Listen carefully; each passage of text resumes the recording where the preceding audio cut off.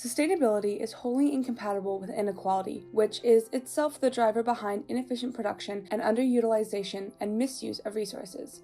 While it may be near impossible to eliminate all inequalities, the UN's 10th Sustainable Development Goal aims to reduce inequalities within and among countries as much as possible.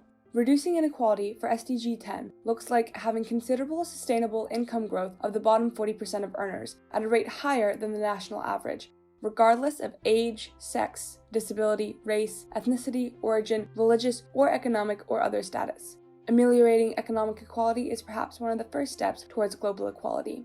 Reducing inequalities will take many forms, but perhaps the most important is through legislation.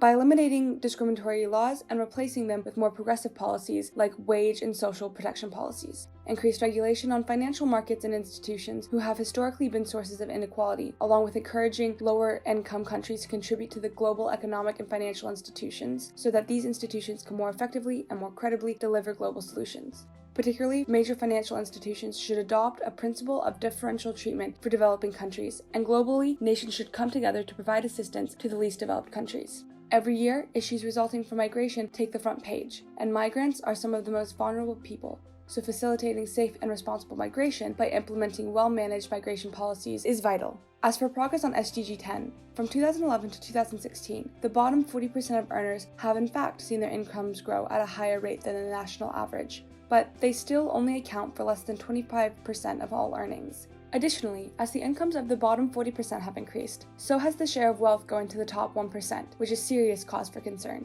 Concerning the integration of developing countries and global financial organizations, the one country, one vote policy of the General Assembly and the World Trade Organization has been great for encouraging participation, but other organizations like the World Bank and the International Monetary Fund still do not have adequate representation, though reforms are underway.